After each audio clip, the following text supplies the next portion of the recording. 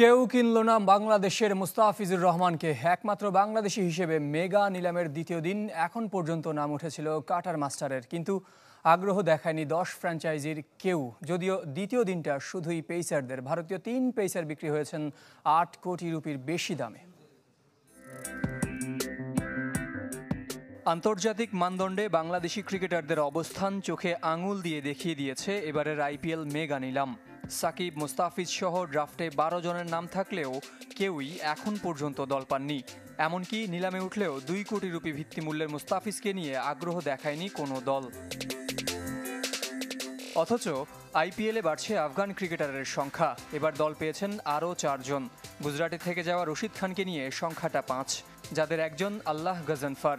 গেল মাসে শারজায় যার স্পিনে কুপোকাত হয়েছিল টিম টাইগার্স। 75 লাখ রুপি ভিত্তিমূল্যের এই রহস্যময় স্পিনারকে শেষ পর্যন্ত 4 কোটি 80 লাখ রুপিতে দলে ভিড়িয়েছে মুম্বাই ইন্ডিয়ান্স। দিনের দ্বিতীয় সর্বোচ্চ দামি ক্রিকেটারও তাদের। পেসার দীপক চাহারকে কিনে নিয়েছে 9 কোটি 25 লাখ রুপিতে। দ্বিতীয় দিনের এখন পর্যন্ত সর্বোচ্চ দাম উঠেছে ভুবনেশ্বর কুমারের। 2 কোটি রুপি ভিত্তিমূল্যের ভারতীয় পেসারকে নিয়ে মুম্বাই ও লখনৌর মধ্যে টানাটানি হলেও 10 কোটি 75 লাখ রুপিতে তাকে দলে টেনেছে রয়্যাল চ্যালেঞ্জার্স বেঙ্গালুরু। ভারতীয় পেসারদের মধ্যে তিনি এখন আইপিএলের সবচেয়ে দামি। পেসারদের জয় জয়কার এদিন। মুকেশ কুমারকে রাইট টু ম্যাচ কার্ড ব্যবহার করে 8 কোটিতে কিনে নিয়েছে দিল্লি ক্যাপিটালস। নিলামে এখন পর্যন্ত 550 কোটি রুপিরও বেশি খরচ করেছে 10 দল, যার প্রায় 100 কোটি রুপি পাঞ্জাব কিংসের।